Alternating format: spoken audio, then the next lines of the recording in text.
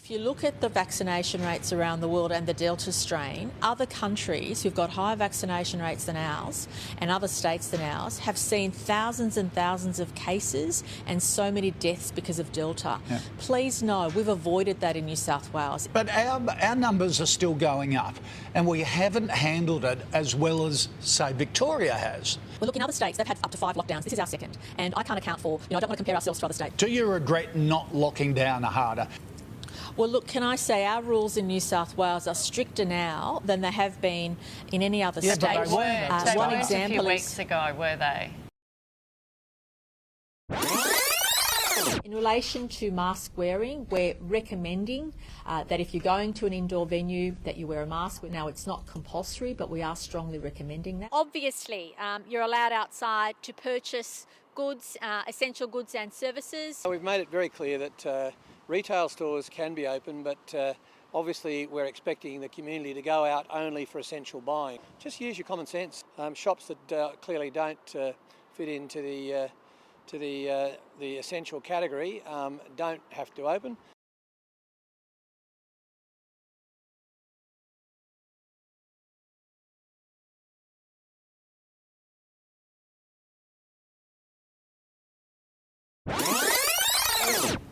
What we need to know in New South Wales is I wish I had a crystal ball. Well, in total, we've seen just over 1,300 cases of this Indian variant.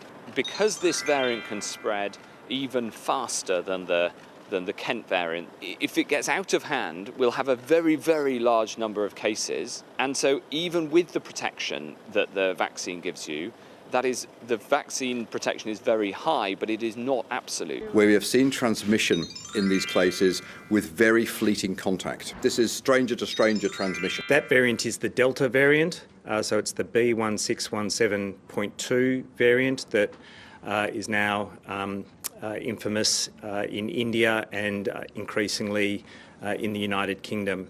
It is a variant of significant concern. It does appear to be the most significant in terms of transmissibility. There isn't much information about severity of illness with this variant, although there are some anecdotal reports of greater severity of illness in children, as well as potential increased transmissibility in children. So we've got concerns for that reason. As we disclosed as soon as we found out yesterday evening, the limousine driver tested positive yesterday, as did his wife, the household contact. But we can further update you this morning to say that a woman of 70 years of age who also was at the Bell Cafe on New South Head Road in Vaucluse has also tested positive. We know the virus has the potential to have been circulating in Eastern Sydney in particular. So in relation to mask wearing, we're recommending that in all indoor venues in Greater Sydney, and again, strictly Greater Sydney, excluding Central Coast, Illawarra and Wollongong, that if you're going to an indoor venue that you wear a mask. Now, it's not compulsory, but we are strongly recommending that. If you are planning to go to an organised event, those events should proceed. So we don't want anyone to cancel any events. We know from the number of cases that we've seen already in this particular cluster that in some instances the exchanges have been scaringly fleeting. Literally people coming within not even physically touching each other, but literally fleetingly coming into the same airspace has seen the virus transfer from one person to another. That's how contagious it is, and that's how contagious some people are.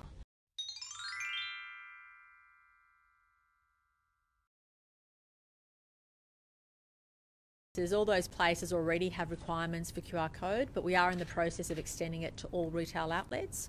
I think that's a first in Australia.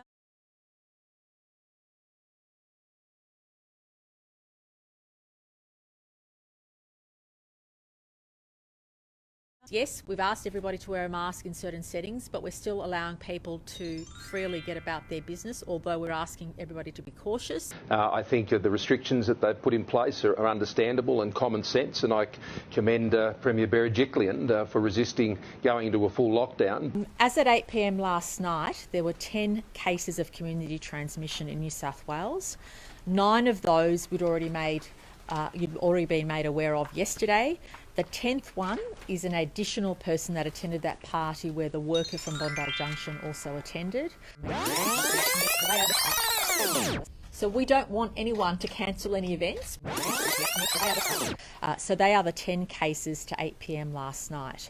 Unfortunately, since 8 p.m. last night, New South Wales has recorded an additional 13 cases of community transmission, 8 of which were at that same party. So yesterday we mentioned a party which was attended by a worker from Bondi Junction.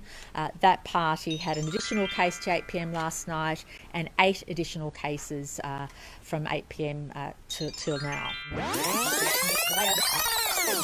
So we don't want anyone to cancel any events.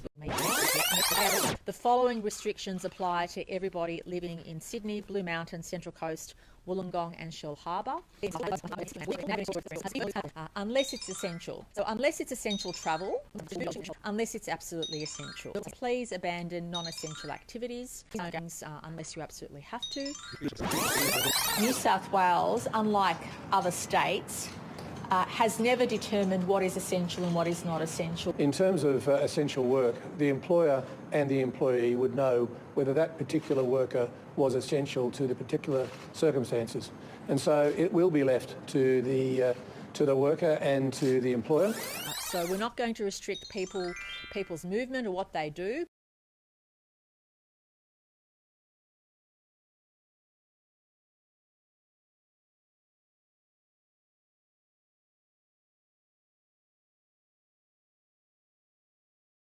We know the virus has the potential to have been circulating in Eastern Sydney in particular. So we don't want anyone to cancel any events, but we're still allowing people to freely get about their business. So we're not going to restrict people's movement or what they do. And we know from the number of cases that we've seen already in this particular cluster that in some instances the exchanges have been scaringly fleeting. Literally people coming within not even physically touching each other, but literally fleetingly coming into the same airspace has seen the virus transfer from one person to another. That's how contagious it is, and that's how contagious some people are.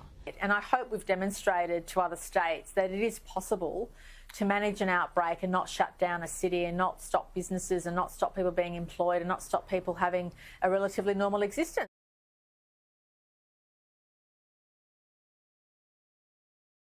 Get vaccinated, baby.